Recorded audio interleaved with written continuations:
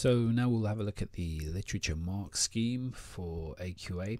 The first thing you want to remember is that this is worth 2/5 of the marks available for this paper. So you'll spend less time on the question that's to do with the text you're answering than the ones on the poems, because the poems is worth 3/5 of the marks. So this one's marked out of 27, whereas the other one's marked out of 36.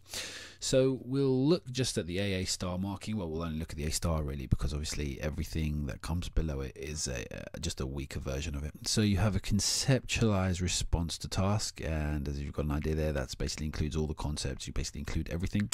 Insightful and exploratory response to the writer's ideas and purposes. So you've basically got something original there, and also you've got multiple meanings at several points. Sensitive analysis of detail in support of argument. So you won't pick out huge pieces of quotation to offer in support of analysis. You'll pick out very, very subtle and very, very insightful pieces in and of themselves. So you might just say this one word changes the whole sentence, or this one word at the beginning, this other word at the end actually has this whole effect. So it has to be quite a sensitive analysis. It has to be very well thought out.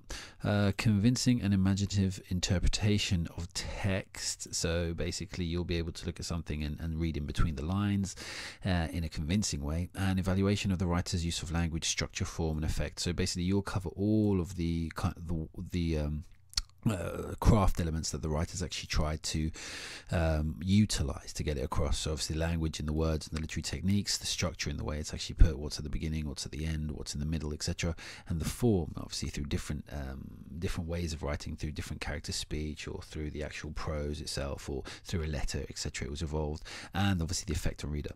Now what you'll notice is missing, which might be a surprise to most of you, is there is actually nothing here for talking about the social historical context. So all the ideas that you might have wanted to put in about the time, etc., etc. Obviously they may help your writing flow, but it's not something that you're going to be specifically given loads of marks for. It's really the language analysis and the interpretations that are going to get you all the marks here. So that's really what you want to try and run with and develop. So we'll take that and we'll look at an A grade version of a response from AQA. They didn't have an A star one in the material that they send out to teachers, so we'll be looking at this A grade one. Thankfully the actual mark scheme they have here is exactly the one for the question that they did here. So the question is just back up here.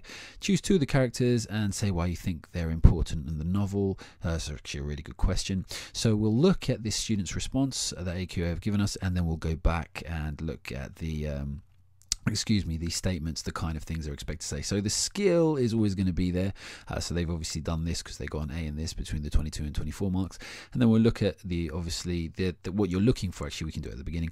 Is you look at the importance of the chosen characters, how they're presented. You're looking at the details of the characters' actions and behavior. You're looking at the presentation of the chosen characters through speech, relationships, and patterning of the novel. So basically, patterning means how it's actually set up for a desired effect. What patterns are actually in it. So here goes the plan. He's talking about Crooks and Curly's wife. He's going to talk about isolation and dreams, which are what they represent, and also the death and transcendence of the certain. So as soon as you see that word there, you obviously know this student's on something. They're actually going to be analysing quite well. And the irony of the civil code book. So that's obviously Crooks is one of the few people that can read that. But obviously he's going to go into it in detail here.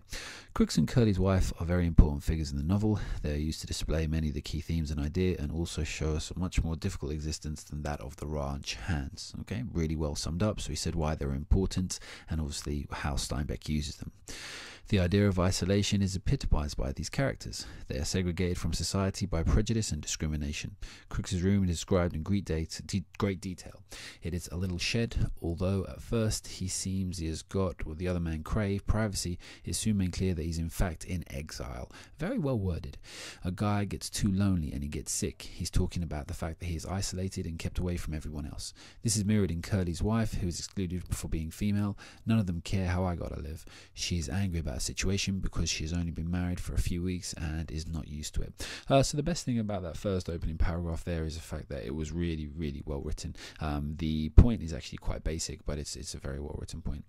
These characters also add to the idea of dreams being important. At first, Crooks is critical of Lenny's dream, but eventually he falls for the tantalizing image of a perfect place which could be theirs. He offers to come and lend a hand, but before he can be answered, the dream is lost. Curly's wife also has a dream. Her dream was a common one at the time. Many women wanted to be in the movies, and they imagined all the luxury and attention that would follow. She's an important character as she brings in the ideas from the cultural setting of the novel. So there, it hasn't actually been very detailed. It's just been very strong, very secure in what it's actually done. You can probably see already why this isn't an A star. But basically, the person is actually gathering points around them. Strong points. There's analysis there, but it's not original or incisive. One of the ways Steinbeck presents them is through the use of irony. Curly's wife is a character, so here he's actually looking at how Steinbeck's going to comment on them, or what he actually, how he actually gives them vehicles to run through with the book, and obviously the ironical situations they're in is that vehicle. Curly's wife is a character who always demands attention and longs for her place in the limelight. However, all she does is get negative attention and cast shadows. Sunshine in the doorway, cut off. Brilliant. So they're the image that we're actually seeing. The play on light and dark is very important. Steinbeck does this to foreshadow and hint at the unhappy ending. Good. So now he's actually talking about how it's going to be, how it reflects the ending. So there's the patterning coming through. She is unaware that she is causing so much pain and casting shadows. So it is ironic that when she dies, the light leaves her. The sun streaks were high on the wall by now. Good analysis for the use of sunlight again. The images coming through there are being well picked out. Crooks keeps a copy of the California Civil Code to try and protect himself from racism, but it now lies mauled. This is indicative of the state of law of those times, so that's a really good symbolic reflection of how it is. Obviously, if the law book is tattered, it could be saying that at the time, in the situation, law itself is tattered. This is indicative of the state of the law of those times. People have very few rights which could be upheld, and Crooks lives in constant fear. I could get you strung up on a tree so easy, it ain't even funny. Curly's wife reminds him of his place after he gets too confident and tries to threaten her. Her threat is also ironic, as it later comes true, but instead, the men are trying to kill Lenny. In all, these two characters, or all in all, should there be, these two characters are very important as they increase the scope of the novel. They give focus to the situation of women and black people during the Depression, which is important because other characters were all migrant workers. Without the idea of dreams, they would not be fully represented. It is important to know that there were dreams besides a piece of land, and I think Steinbeck chose to include them to give a much greater depth to what would otherwise been a rather plain novel. That's perfectly summarized, a very interesting point. You'll notice there was actually very little content analysis, very little quoting, but you can't say that they didn't actually have some analysis in there. They didn't actually use well supported. I mean, when they picked out the word mauled, that was actually really good.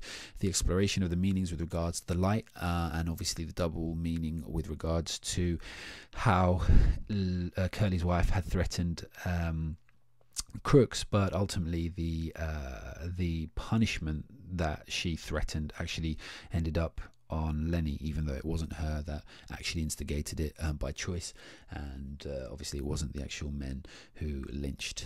It was George, obviously, who had to shoot, etc.